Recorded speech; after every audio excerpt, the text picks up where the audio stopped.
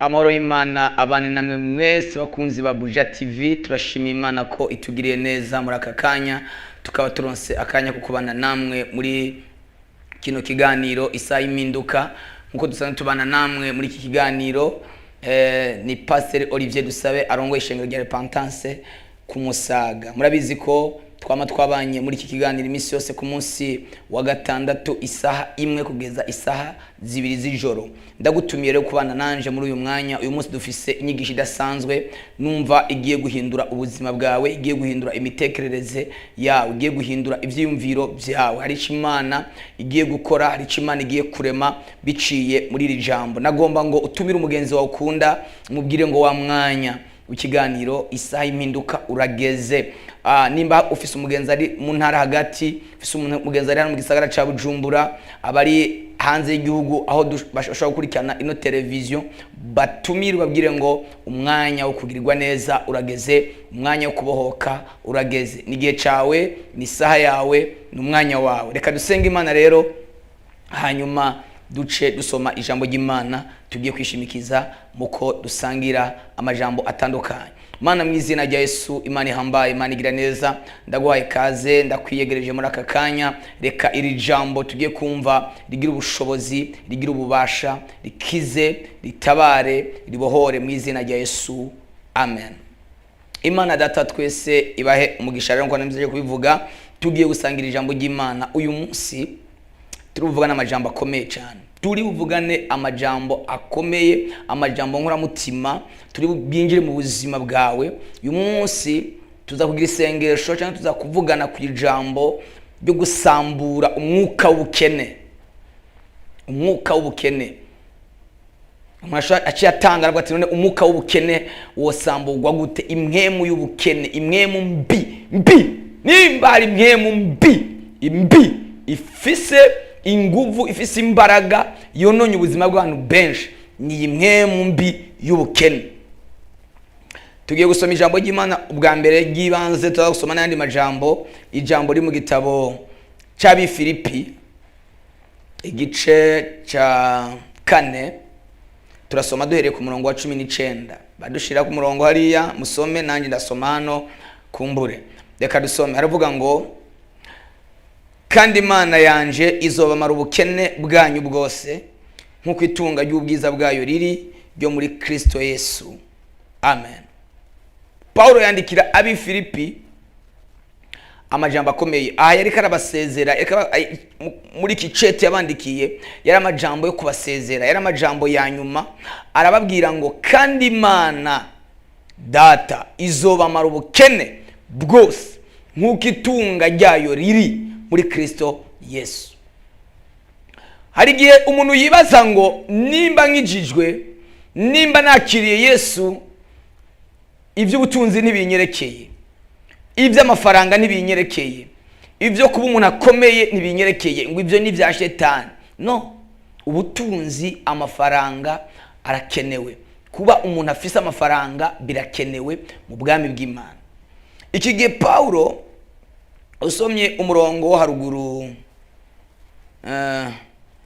ku murongo wa 14 aravuga ngo ariko mwagize neza kuko mwafatanije nanje amarushwa, kandi yemwe b'Ifilipi namwe nico muzi yuko mwitangura ry'ubutumwa bwiza hamwe nava i Makedoniya atarindi shengero rya Kristo ryafatanije nanje mu byo gutanga no guhabwa, atari mwebwe mwenyene. Kuko ni Tesalonike naho mwandungikiyeyo ivyo kumara ubukene, si rimwe ni kabiri kose. Haleluya. Iki gihe Paulo ariko arababwira, ariko avuga n'iri shengero, amashengero atandukanye Paulo yari aciyemwo. Harimo amashengero menshi yari afise ikibazo c'ubukene, yari afise ikibazo cyo kubura amafaranga. Usomye uravye ishengero rya mbere, ishengero rya Kristo, ugasoma uravye mu gice ca mbere, gwera mu gice ca mbere c'ivyakozwe n'intumwa ukabandanya, ubona ingene ishengero rimaze kugwira, abigishwa bamaze kugwira, bamaze kuba benshi mu gihe ca ba Petero. Hageze igihe ngo ubutunzi bwabo bwose babuzana. Ikintu bakora ni giki? basangira ubutunzi bwabo, ibyo bari bafise byose barabijya birarangira, kugeza igihe atakintu na kimwe basigaranye. Kuko bobo icyatumye babijya byose cyari giki, bari bazi yuko Yesu agiye kuza byihuse. Baravuga ngo rero ubutunzi bwose mubuzane.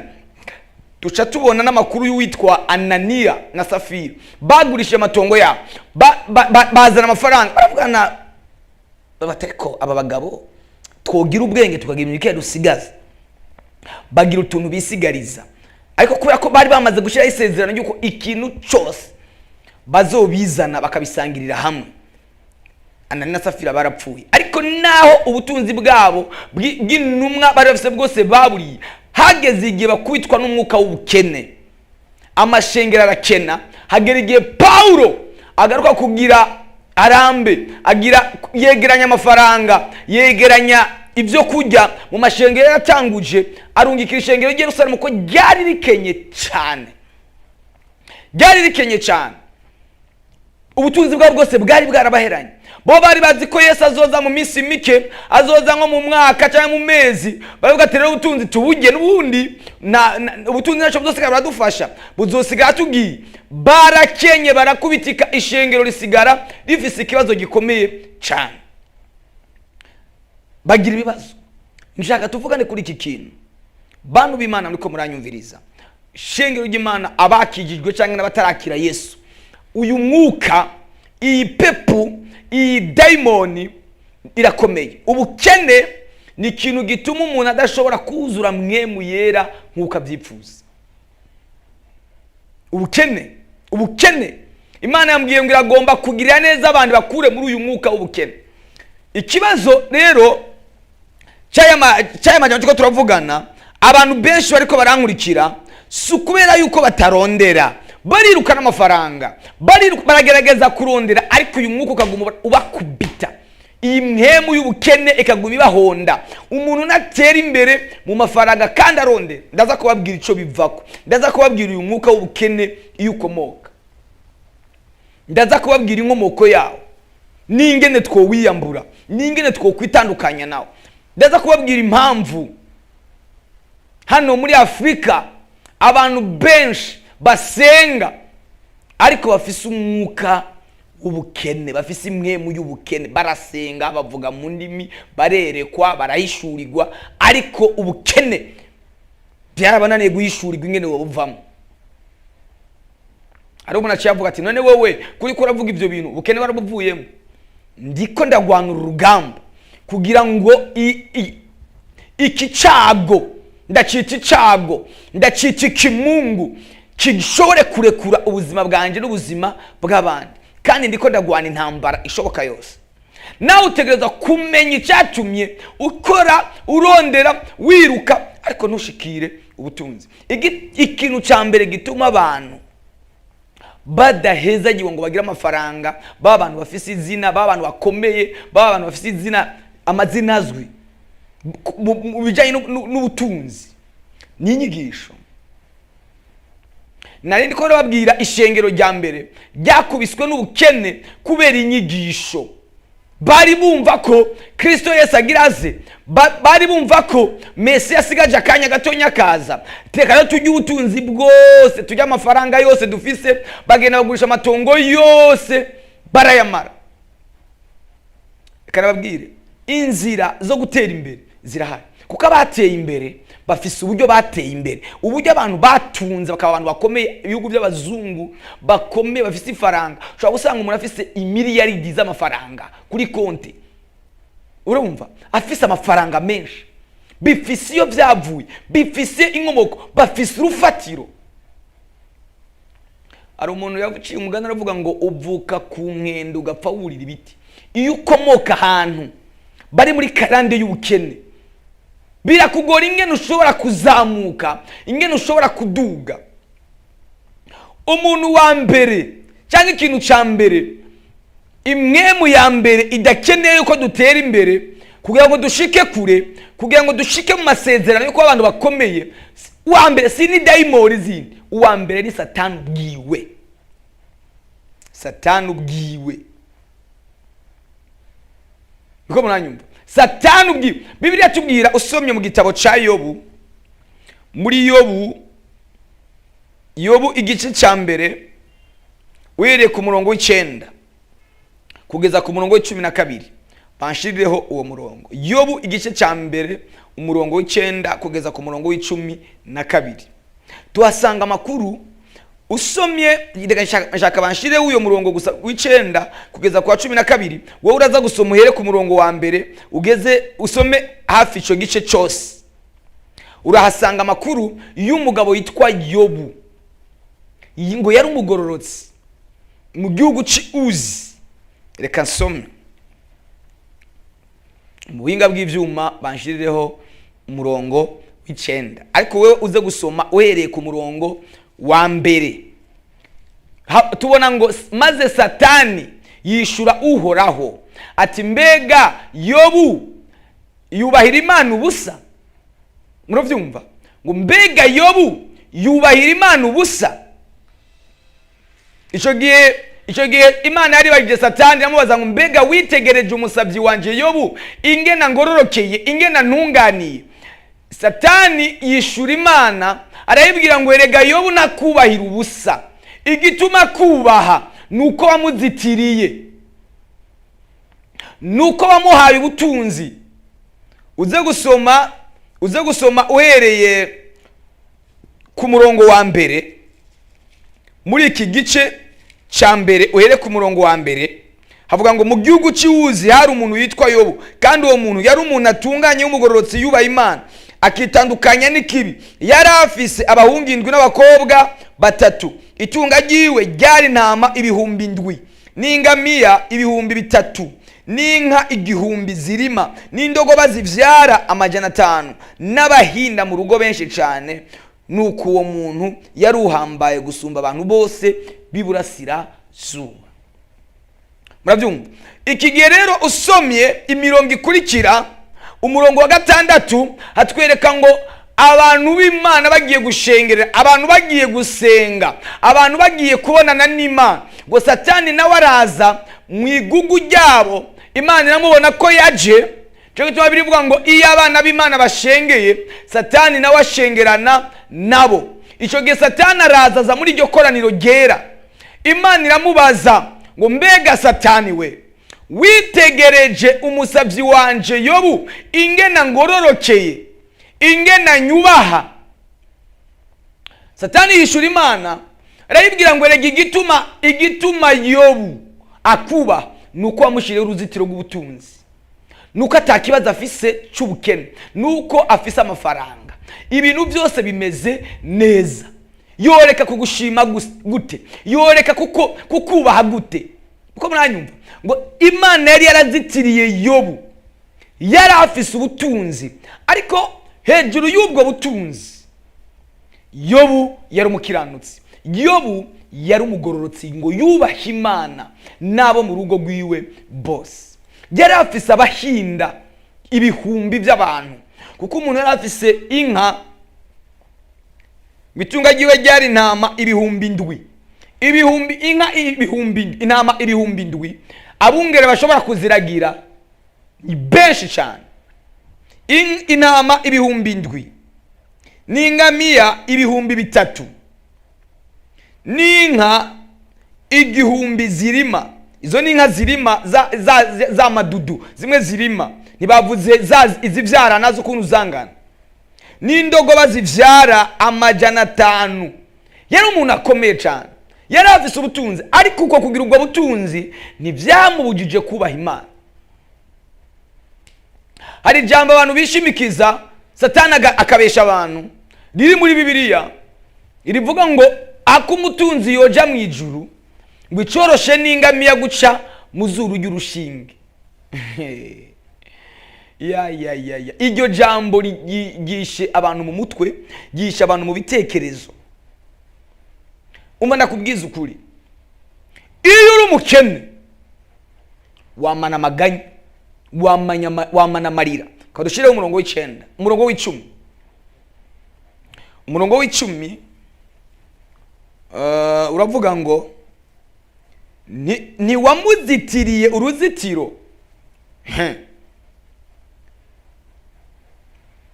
ntiwamuzitiriye uruzitiro rumukikije bo n'inzu yiwe n'ibyo atunze byose, wahezagiye igikorwa cy'amaboko yiwe, kandi itunga ryiwe ryaragwiriye mu gihugu.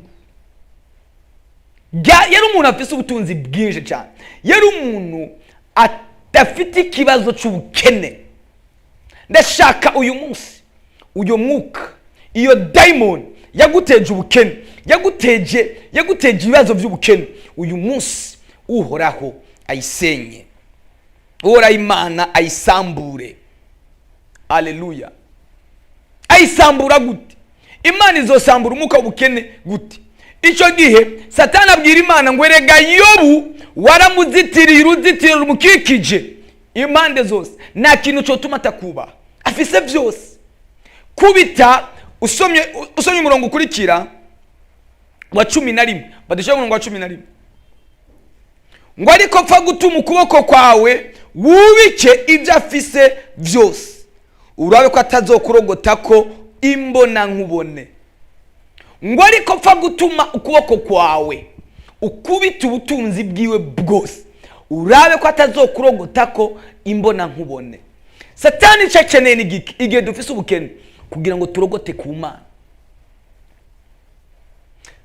Ari umuneka arankurikirana afise ikibazo cy'ubukene ku buryo hari amabarabara amwe ari amazero amwe yo mu gisagara cy'iwabo batagicamwo kubera amadeni. Ubukene butuma ujya mu madeni. Butike zose zihereranye n'aho uba zose zifise ko tudeni. Umuntu akagira ubukene ku buryo agira ideni, akagira ideni na limiteri. Ngo murahimba, ukagira amadeni, ukagira umwuka w'amadeni kugera igihe ugira n'amadeni limiteri na onateri, onamob na zaikonetere. Umwuka w'ubukene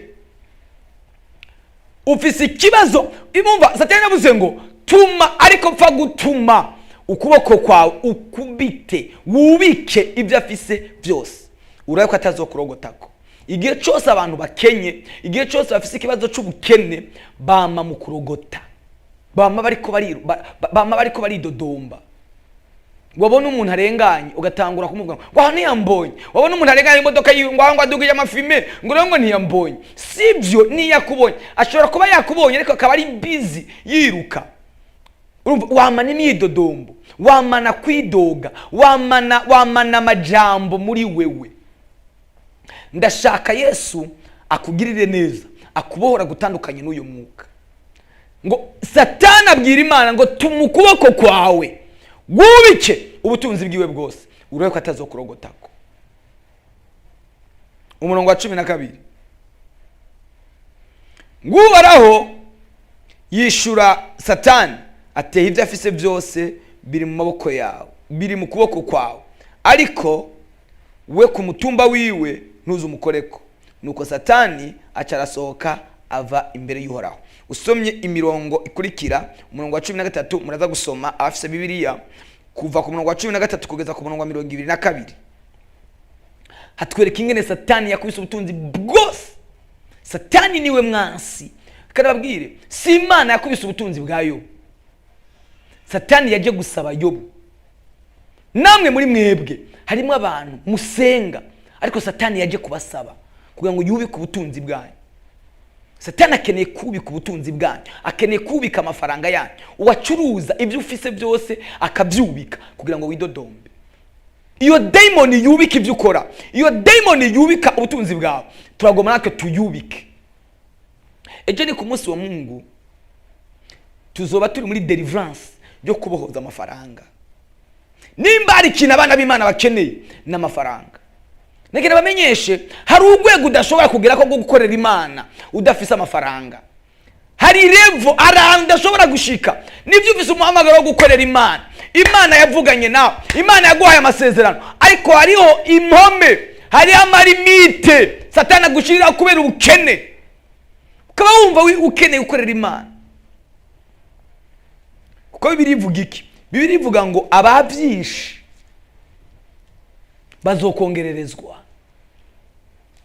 bazokongererezwa. Bajye bafise bike bazofata ivyo bike babihereza abafise byinshi. muriko muranyumva? Igihe kirageze ngo Imana data wa twese igukure muri uyo mwuka. Haleluya. Impamvu abantu benshi mubona bakenye ni kubera iki? Abantu bigishijwe nabi. Igituma bari muri uyu mwuka w'ubukene, abantu bigishijwe nabi. Abatuzaniye ijambo ry'Imana, abazungu batuzaniye ijambo ry'Imana, batwigishije nabi. Bavuye iwabo, ibihugu byabo biteye imbere, bafise amabarabara, bafise amabarabara gerekeranye, ariko baza kutubwira ngo hahigwa boro, hahiriwe aboro. Batwigisha kuvuga mu ndimi, batwigisha gusenga amasengesho menshi, ariko nibatwigisha uburyo bwo kurondera amafaranga. Nagenda babwire bantu b'Imana, mwa bantu b'Imana mwe muriko murankurikirana, amafaranga kugira ngo uyashikire, kugira ngo umwuka w'ubukene usenyuke, amafaranga utegerezwa kuyarondera hasi hejuru. Utegerezwa kuyarondera, utegerezwa kugira umwete wo guhaguruka. Hari abantu b'abanebwe, hari abantu b'abazayifu, hari abantu b'abanyantegenye, hari abantu umuntu akaryama. Karababwira abazungu kugira ngo bakomere ibihugu byabo bitera imbere, bakora umwanya mwinshi.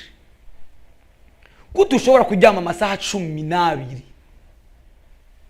n'imiburi basi ryama amasaha 8, ariko abantu bakomeye baryama umwanya muke.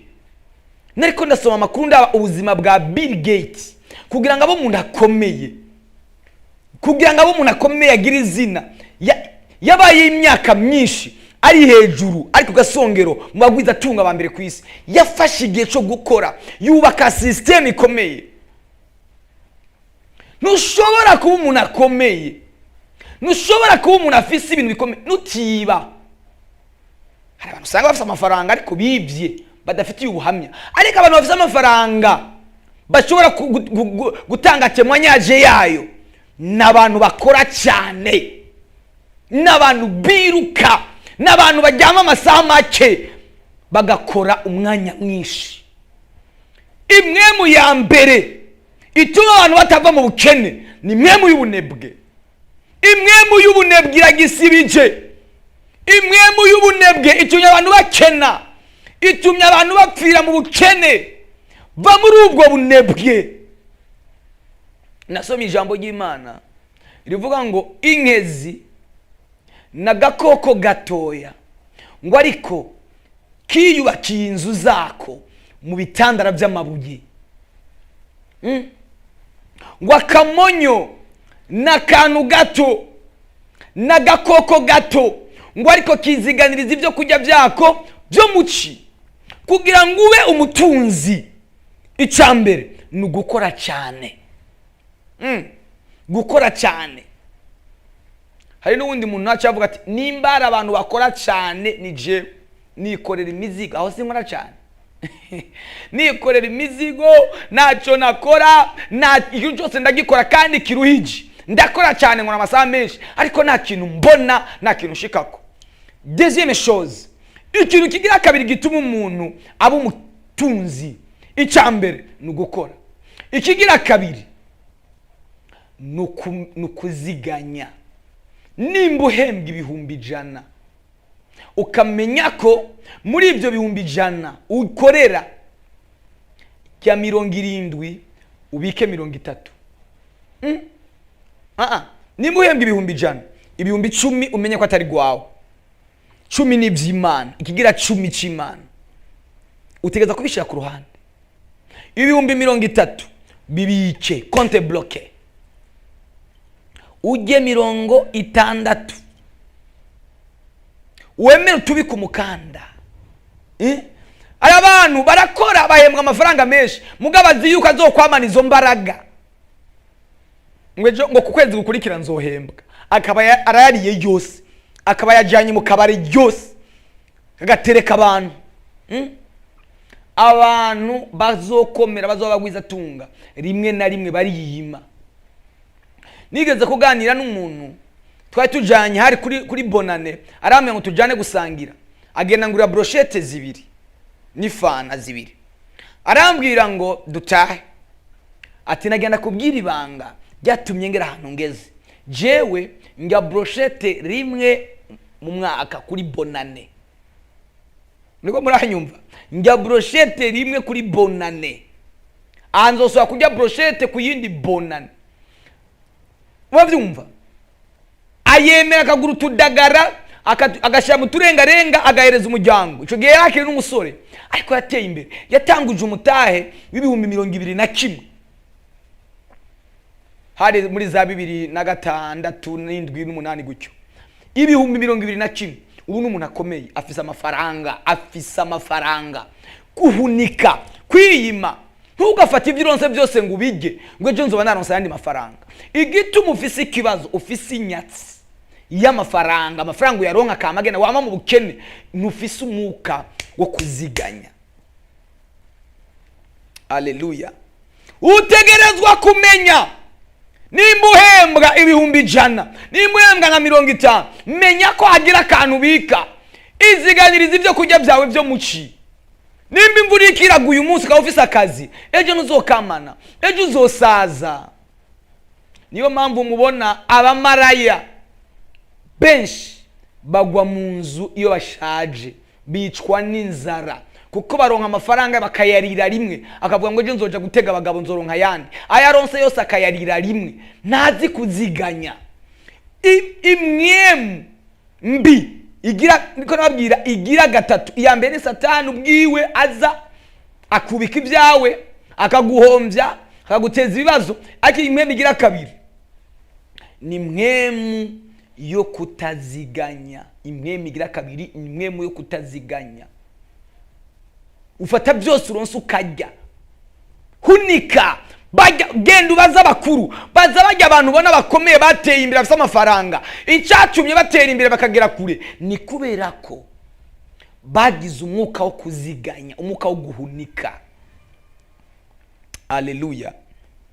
Umwuka w'ubukene mukwiriye kuwusambura muri aka kanya, mukwiriye kuwusambura. Reka kwibaza ngo uzokwa muri ako kazi, uzokwa muhembwa 500, uzokwa muhembwa mu miliyoni. Abantu bakubwira ko ari abagenzi kubera ko ufise ibyubaha, kubera ko kwezi guheruka bazanira ayo wahembwe mukayajya yose. Igihe utazofisa akazi, nta muntu n'umwe uzosubira kubona. Emera wiyime uyu munsi kugira ngo uziganirize ejo hawe hazoza. Haleluya. Imana icyatumye iturema nukuvuga ngo tugire ubuzima bwiza, ariko ubuzima bwiza burategurwa. Haleluya. Ubuzima bwiza burategurwa, ubuzima bwiza umuntu arabuprepara, ubutegura hakiri kare. Uyu munsi nimba ufise imyaka 20, izo mbaraga ufise uyu munsi sizo zo ufise ejo. Korera igihugu cyawe giteza imbere. Iki gihugu nta bandi bazogiteza imbere. Ko muranyumva mwabasore mwe, kutujyama igihugu niko tuzogiteza imbere. Ntitugume duhanze amaso abazoza kuduha imfashanyo. Iyo umuntu aguha imfashanyo abakuronderamwe inyungu. Muze tugwanira igihugu cyacu, tugiteze imbere, tugikure mu bukene. Haleluya. Ni twebwe bo gukura iki gihugu cyacu mu bukene, ntikizoguma kiri muri ubukene. Haleluya. Dutegerezwa gusenga, tukongera tugakora. Sogokuru w'iki gihugu umwisi nziza aravuze ngo dusenga twongera dukora. Dusenga twongera dukora. Naho tuzogera tudahagurutse ngo dukore, abana banyu mubigishe gukora. Abakozi b'Imana mwigisha abanyeshengero gukora. Curuza dukeye ufise. Ari abantu umva kubwiye ngo cyangwa Imana ngo yambwiye guko nzoba ngo umugwiza tunga, ngo rero ngo yanyemere ko nzomudandaza akomeye. Uzomudandaza akomeye gute? Hera kuri twatundi duke. Imana nizokora amamiliyoni n'amamiliyoni, izoguha dukeya, igendera guteza imbere buke buke. Wisanga uvuye ku bihumbi 20, uje kuri 50, uje ku bihumbi 100, uje ku miliyoni, uje ku miliyoni 10, uje ku miliyoni 200, uje ku miliyaridi, ugenda urazamuka buke buke. Ariko usuzugura akazi ngo akagoje ngo sinogakora, nugusokoza umushatsi gusa, nugusiga inzara gusa, ugasanga umuntu afashe inzara akabandika kizindi, izo nzara uzozijya, uyo mushatsi ugorora uzowujya. Abazungu bo baza agaciro k'umushatsi, abayindi umushatsi baragenda bakawumwa bakawucisha mu mamashini bakawuhindura amamesha bakawuzana bakawugurisha. Iwacu no muri Afrika bo umushatsi wabo bateza imbere kugorora umushatsi no gusokoza inzara kubandika kizindi umuntu ugasanga inzara yabanditse inzara ku ntoki, nashoboye no kumesa suvetema yiwe, nashoboye no gusasa igitanda. Uri umunebwe ku myaka yawe 20 uri umunebwe, ku myaka 25 uri umunebwe. Nasomye ijambo ry'Imana rivuga ngo umunebwe natara inyama z'ico yahize. Umunebwe natari inyama niyotsa inyama z'igikoko yishe unyene ubwiwe ntashoboye. N'umunebwe va muri ubwo bunebwe mukore. Haleluya. Mwige kuziganya, mwige gukora, ariko kandi mwige no kuziganya. Nubwo woronka miliyoni 10 utazi uburyo bwo kumanaginga amafaranga, kumanaginga umwanya wawe no gushira kuri balance, ikintu cyose ukagishira ku mwanya wacu, ukagishira ugapima umwanya wawe n'amafaranga ingene uyakoresha, ndakubwiza ukuri uzokwicwa n'ibibazo, wicwe n'inzara, kandi Imana yakubwiye ko uzoba umuntu akomeye. Haleluya. Ndakubwiza ukuri, fata umwanya wo kuvuga mu ndi muhishurirwe werekwe, ariko ugene umwanya wo kuja mu mirimo. Mwaba pastor mwe munkurikirana, mwigisha abantu banyu gukora, mwigisha abantu gukora. Haguruka mukore mwabakobwa mwe. Agakoni umuntu azitwaza mu busaza agaca mu busore, agaca mu buto. Haleluya. Umwuka w'inyatsi. Abandi barakora cyane. Hari umuntu yambwiye ngo nabitse amafaranga 200,000. Yari umwana w'umunyeshuri, arambwira ngo uwamezagiza 10,000 najya 2 nkabika 8, ngo ndayabika agera ku 200,000. Ngiye kuraba vyarenga 200,000. Ibi yabimbwiye muri ino ndwi, ngo ngiye kuraba amafaranga nayashize ndayabura. Shakisha amafaranga arayarondeza, kandi ahantu yambwiye ati ahantu nayashize nta muntu yo yatora. Nibikunda kuko ahantu nayabitse nta muntu yo yabona. Tereko ndayarondeza ndayabura. Ushobora kuba ufise umwete, ushobora kuba usevinga, ariko wana sevinga ibyo usevinze bigakubitwa n'umwuka w'idayimoni y'inyatsi. None iyo nayo yivamo gute? Kugira ngo iyo mwemu y'inyatsi ikuve ku biganza, ukwiriye kumenya imwemu y'inyatsi iyikomoka. Imwemu y'inyatsi ikwegwa n'ibintu byinshi. Icambere gitera umwuka w'inyatsi ni igihe Imana iguhaye amafaranga ugafata yawe n'ay'Imana ukayasukiranya. Nimba iguhaye 100,000 harimo 10 vyayo, igihe byose rero bisukiranije. Ijambo ry'Imana rivuga mu gitabo ca Maraki ngo wa muvumo murawuvuma kuko mwangunze. Igihe ugunze Imana ubukwezi inyatsi, ubukwezi uruhombo mu vyawe birubama. Inyatsi igira kabiri n'ubuzima twabayemo bwa buri munsi. Ubuzima abantu babayemo batera ubukene, ubuzima bakuriyemo. Iyo wavuye aho wakuriye, origine yawe, inkomoko yawe, ukomoka mu muryango ufise inyenyeri yo gutunga, ukomoka mu muryango ufise inyenyeri yo kuba umuntu akomeye. Mweko muranyumva? Ahantu ukomoka afite imbaraga zikomeye cyane. Iyo uva so na nyoko nimba baragendeye mu bintu byo kuraguza, guterekera, guhamagara imizimu, guhamagara izindi mana, igihe bahamagara izo mana, igihe bahamagara iyo mizimu, bagiye kuyihamagara bayishira ibitambo, bayishira amafaranga. Igihe rero bayishiriye amafaranga, iyo mizimu yamirika iragaruka kurondera, kuko mufitaniye relation, mufitaniye imigenderanire, mufitaniye ubucuti biciye mu byo mama wawe na so wawe bakoze. Kugira ngo ibyo bintu bikuveko utegerezwa kumenya inkomoko yawe ni yahe, iyo uva ni hehe, mama wawe ninde, yagendeye ku bapfumu. Ikindi, mama wawe bamucagagura indasago, papa wawe bamucagagura indasago, nawe bagucagagura indasago. Igihe baguciye indasago ku biganza, nico gihe inyatsi yinjira. Waronka amafaranga agaca mu biganza agenda. Abadayimoni bakinjira bakaza kuvogera ubuzima bwawe. Ndabona ko hari abantu bariko barakurikirana ijambo ry'Imana. Imana ibahezagire. Rosine, Imana igumugisha, Imana igugirire neza, igukubitire ubukene muri uyu mwaka tugiye kwinjiramo. Imana iguhezagire mu izina rya Yesu Kristo, ikugire udasanzwe. Iby'imiryango yiwanyu itageze ko wewe uzubigere ko n'abana bawe n'umuryango wawe n'abawe n'abazo gukomoka ko bose. Imana iguhezagire. Umwuka w'ubukene se wo mugabane wawe, wowe uzibanga ryo gukorera Imana. Ariko rimwe na rimwe hari igihe umwuka w'inyatsi winja mu buzima bwawe, wibaza ko komokahe, wibaza kuvahe. Suzuma neza nimba ibyo navuze ubyitwaramo neza. Raba abavyeyi bawe, raba iyuva, raba Imana bakuriki, raba Imana z'abasogokuru n'abasogokuruza bawe. Haleluya. Birivuga ngo basogokuru ba data bakoze ibyaha nibakiriho, none natwe twasubiyeho kuri bigabitanyo byabo.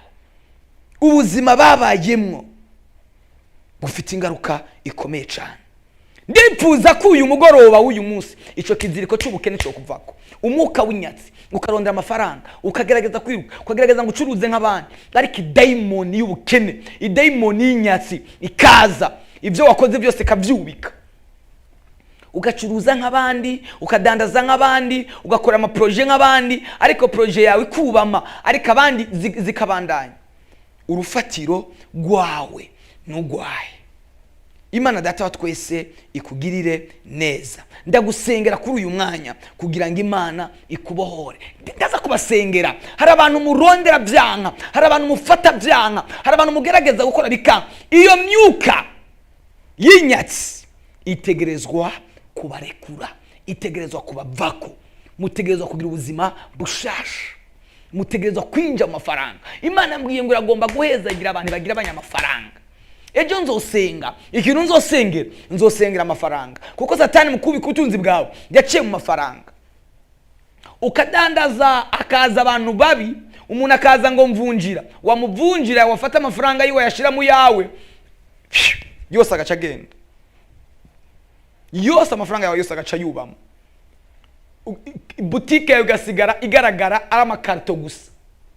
Umwuka w'inyatsi, umwuka w'inyatsi utegwa n'iki kandi? Inzozi turota.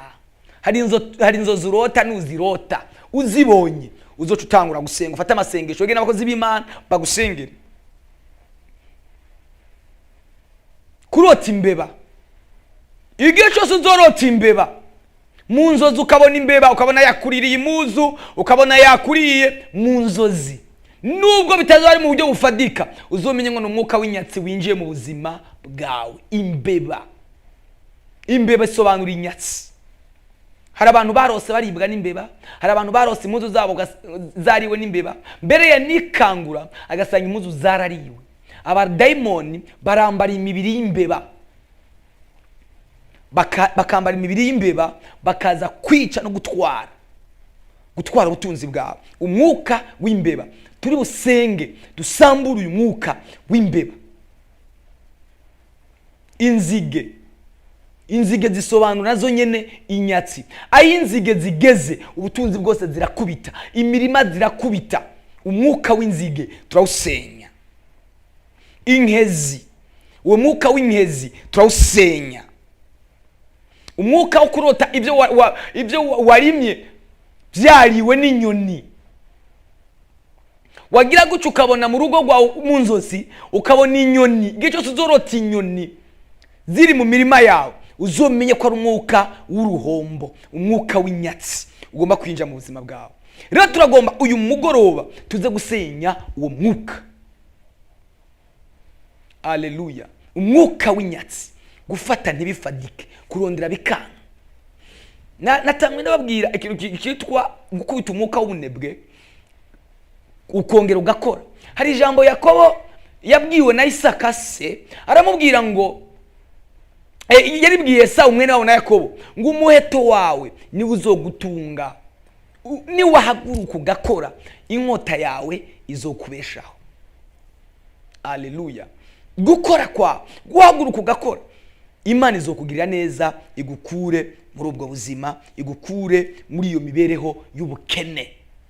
wavutse so na nyokara bakene ataco bifashije ataco bimariye nawe ubisaziremo never turavyanse guti igihugu cyacu baguma bagikasa mu bihugu by'abakene turavyanse uyo mwuka w'ubukene turawushenye kuri iki gihugu cyacu mu izina rya Yesu Kristo ubutunzi bwacu nibuje ku mugaragaro zahabu nizije ku mugaragaro amabuye y'agaciro naje ku mugaragaro petrole nije ku mugaragaro ibiri mu butaka Imana yaduhaye za nikere nizije ku mugaragaro abantu batungwe n'ivyo Imana yaduhaye haleluya kasanga ufise itongo rikanka kwimbuka kandi abo muhereranye boss ibintu bimeze neza kandi bakarima bikagenda neza abandi bagacuruza bikagenda neza ariko wewe icyo ukoze ko cyose kiragenda umwuka w'inyatsi ni wo guteye ubukene suko gutazi marketing suko utazi business suko utazi kudandaza uragerageza ugakora publicity byawe ukabyumva ariko wapi ibyawe biranuka ko nawe uranuka uri ku mwuka wo kunuka ndagusengera kuyu mugoroba Imana data wa twese ikubohore ijambo ry'Imana muri Yeremiya 40 riravuga ku murongo wa 4 ngo he none ndakubohoye iminyororo yawe iri ku maboko yawe iminyororo ibosha amaboko yawe uboshe ntaco wokora ngo kigende ubosha amaboko ntaco wokora ngo gicemwo iyo minyororo ibosha amaboko ituma taco ufata ngo kigumane iracika mu izina rya Yesu iracika iyo minyororo iracika iyo myuka y'ubukene iracika myuka yo kudatera imbere iracika abandi bafise umwuka wo gukora icyakoze uno munsi ejo akabara kivuyemo nibarata baratora nimba chance nivyo kora ikindi ariko nimba kitaranga uri barata baratora uyu munsi ucuruza indagara ejo ucuruje inyama ejo ucuruje ibiharage ejo ucuruje imyumbati umva wa muri barata baratora hagarara mu kintu focusinga ku kintu umva abantu bafise iyerekwa nibapfa kuva kwiyerekwa ryabo haleluya ikindi gituma abantu bapfana ubukene n'amajambo bakubwiye ngo wewe nguzopfuko ngo wewe nguzofata ugeze ngo wewe nguzofata acushitseko ngo wewe nguzofata n'inkono yitabo vuyemo umwana wawe wamwatuye kibi mwature ko gukomera mwature ko umuntu ahambaye mwature ko ikintu nabwiye abantu babwiye atako zanzoze mwari mufise mu buto zagiye zanzoze mwari mufise muciga muri primaire 6e 5e 4e zagiye aho umuntu yakubaza ngo uzobiki ngo nzoba doctor ngo uzoba umupilote zanzoze abana bawe bari bafise zaroye ko mutazigezeko umwuka w'ubukene niwo watumye utazigerako egari ibintu toshikako udafise amafaranga byo niko ndavuga ngo abakozi b'Imana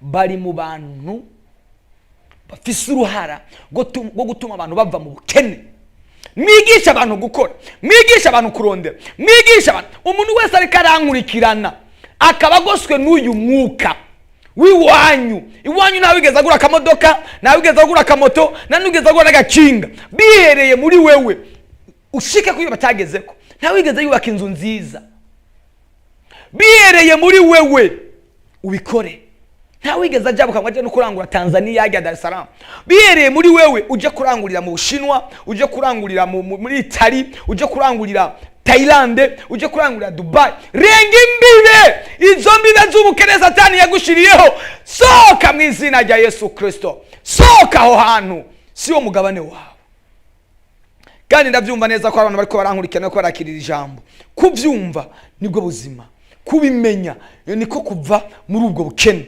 Imana ikugirire neza ngomba gusengera abantu hari umuntu yiyumvise ibyo navuze akeneye isengesho ushobora kurungika umutwaro bivaye n'ibyo navuze ndagusengere mu buryo bw'umwihariko kuri 69 ubusa 93 ijana na 62 69 ubusa 93 ijana na 62 ushobora kurungika isengesho nkagusengera uyu mwanya nyene Imana itire yubika ejo ku munsi wa Mungu tuzokora deliverance idasanzwe yo kubohoza amafaranga. Umuntu azoshika muri repentance ejo, ndagutumiye ejo, za witwaje amafaranga ibihumbi 10 cyangwa 5 tuzoyasengera. Uzobutuzani ubyumve neza, sayo uzobutuzani na mafaranga tuzoyasengera mu mpera z'uyu mwaka. Uzugira intango nshasha, la topa shakataya, ugira intango nshasha. Sema haleluya. Ugira intango nshasha, winjire mu buzima bushasha muri 2026. Winjire mu buzima bushasha bw'amafaranga. Hari umuntu akarankurikirana, ibintu biko biragenda bihomba ureba, bigenda bihomba ureba. Hari abantu bakwabuye, hari abantu bagutwaye amafaranga bagenda kuyavugirako, bagenda kuyatongerera kibintu, bakugiriye ishari, babonye ingene ugenda urazamuka, ingene urazamuka, barabona reka ibyiwe tubyubike. Umva, uyo mwuka turawusenya mu izina rya Yesu Kristo, turawusenya. 69 ubusa 93 162 niyo nimero mubona kuri screen zanyu. Iyo nimero urashobora kurungika ubutumwa cyangwa ugahamagara tukagusengera kuri 69 ubusa 93 162. Urashobora kurungika ubutumwa ko guhamagara byo ntibikunda kuri WhatsApp cyangwa kuri nimero kuri apere isanzwe. Wowe ukeneye isengesho mu buryo bw'umwihariko, ariko ndabatumira ejo kesho ni kivumbi na jasho, moto bila moshi. Tuzosengera abantu babohoke. Turakene ko mwinja muri 2026 ibintu byaciyemo, ibintu bimeze neza. Imana ikuvane muri uyo muka. Ndabona munuko murahamagara, oya iyi nimero nimuyihamagara ko murungi ku butumwa gusa, ndabasengere mitanda bubona, ndabasengere 69 ubusa 93 162. Ari umuntu yanditse ngo turagukunda cyane kandi turabakurikirana, ndi Dorine. Yesu nashimwe ko ziw'Imana, hamasengera nanje ntangura ivyanje uwo bukoze. Ndi Dorine. Imana ikubohore. Nimba uri hafi uri mu gisagara ca Bujumbura, ndagutumiye ku munsi wejo, ndagutumiye ku munsi wejo. Ejo tuzoba turi muri deliverance ikomeye. Wumve ngo deliverance ikomeye, mwandika ubutumwa ndahita ndabusoma, ndabasengera. Mana ndasengera Dorine, umugirire neza, muhiyerekwa, muhishurirwa gico gukora, mwe ide gico gukora mu izina rya Yesu, amen. Abantu muri ko murahamagara, guhamagara nibishoboka uyu munsi, ni mwandike ubutumwa. Andika ubutumwa bugufi ndahita ndabusoma.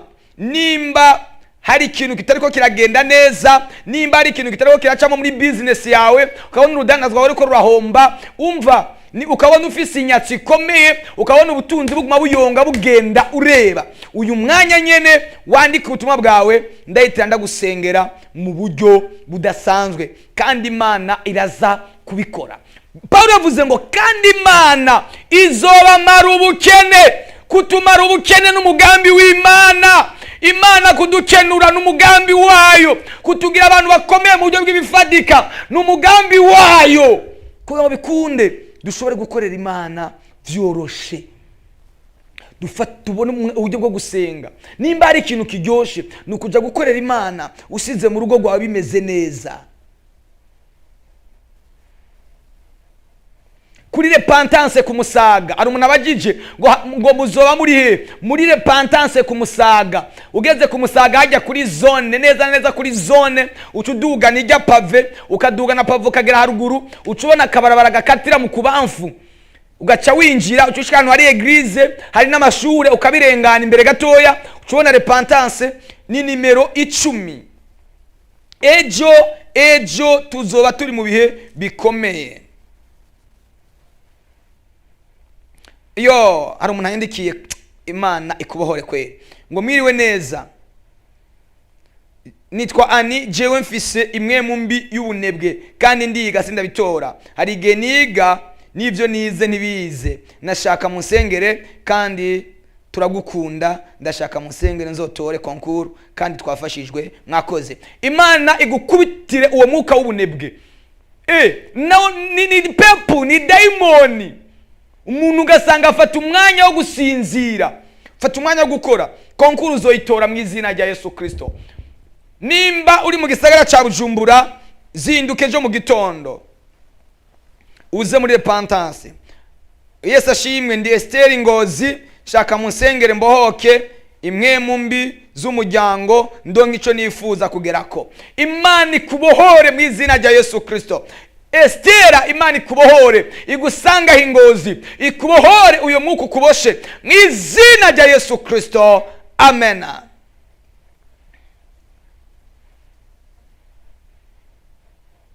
Dorine umunyandiki uri hehe? Zinduka ejo muri repentance ku Musaga dushobore kugufasha. Imana data wa twese ikugirenza. Mushobora kwandika ubutumwa bugufi hoba no kuri WhatsApp turabusoma kandi tubafashe. Nitwa Yves, nashaka munsengere visi cyaha cyo kwisambanya, ni cyaha cy'akaboregwe, ni cyaha cyo gusambana. Munsengere Imana ikubohore ibyo byaha byose. Sinavuze kuri icyo cyaha cyo kwisambanya, ni cyaha cyo gusambanyi. Nimba ari byaha bitera inyatsi ku rwego rwo hejuru bigatera ubukene, niyo myuka ndagutumirira ejo mu gitondo. Sinzi niba uri mu gisagara cya Bujumbura, ndagutumirira gushika muri repentance hajya ku Musaga. Imana izogukora ko kandi izogukorera igitangaza.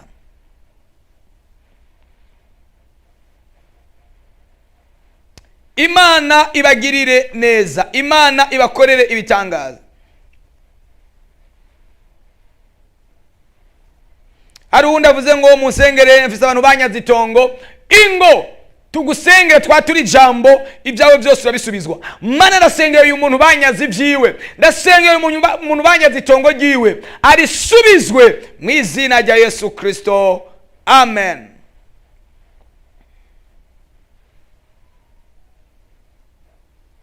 Ndasengera uyu mwana wawe afite ikibazo cyo kuba mu butinyanka budahagarara, ndamusengeye mu izina rya Yesu kugira ngo umukorere igitangaza, yakire gukira muri aka kanya mu izina rya Yesu Kristo.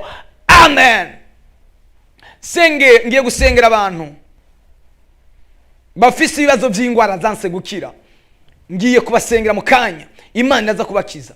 Ariko uno munsi ikintu cyihuta gikomeye, ndagomba kubohoza abantu baboshwe umwuka w'inyatsi, umwuka w'ubukene, umwuka wo gufata ibintu bidafadika.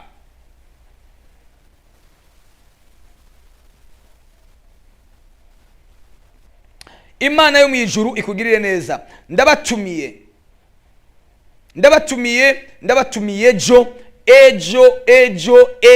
ejo aramasengesho akomeye, ejo aramasengesho akomeye cyane.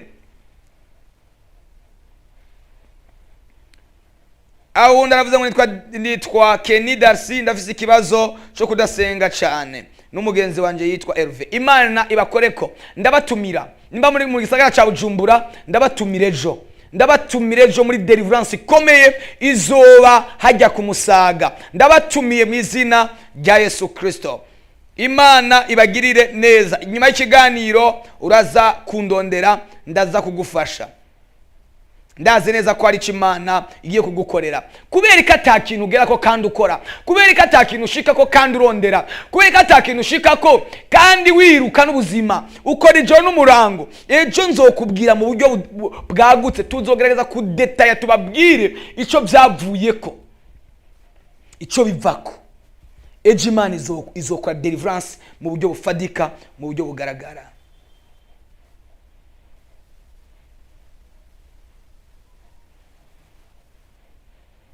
Wewe ukeneye kubohoka mu buryo bw'umwihariko, wagiye ku bapfumu, wagiye guhamagara imizimu, wagiye guhamagara izindi mana, ndagutumiye ejo mu gitondo saa 2:30 uzobugeze muri repentance. Dukorera ku Musaga. Abantu baba ku Musaga, abantu baba mu Kanyosha, abantu baba mu Kinini, abantu baba mu Kibenga, abantu baba muri Rohero, gisagara cyose cya Bujumbura. Ku Musaga haroroshe, niyajya ku Musaga ugeze ajya kuri zone ubushitse. Ngwino ejo tugufashe, ejo tukubohoze, ejo tugusengere mu buryo budasanzwe.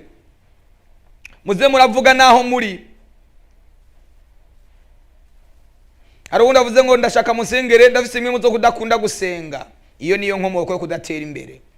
Ndashaka unsengere bashe gukunda ijambo ry'Imana, kandi ndafise n'umutwe n'umwete wo gukora, ariko ivyanje nibitera imbere. Ndashaka mufasha mu witeka abane namwe. Murakoze. Umva, umwete urawufise, birashoboka ufise umwete pe, umwete murawufise benshi muragerageza, ariko ntacyo mugerako, byarabankiye. Nibyo tugomba gukubita hasi, nibyo tugomba gusambura, nibyo tugomba gusangangura. Imana ibagirire ubuntu,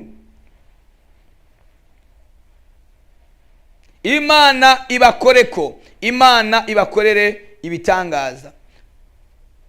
Hari undi avuze ngo musengere umugabo wanje yakire Yesu. Imana imuhe agakiza, Imana imuhe kumenya Yesu, Imana imuhe agakiza k'Imana kamumurikire.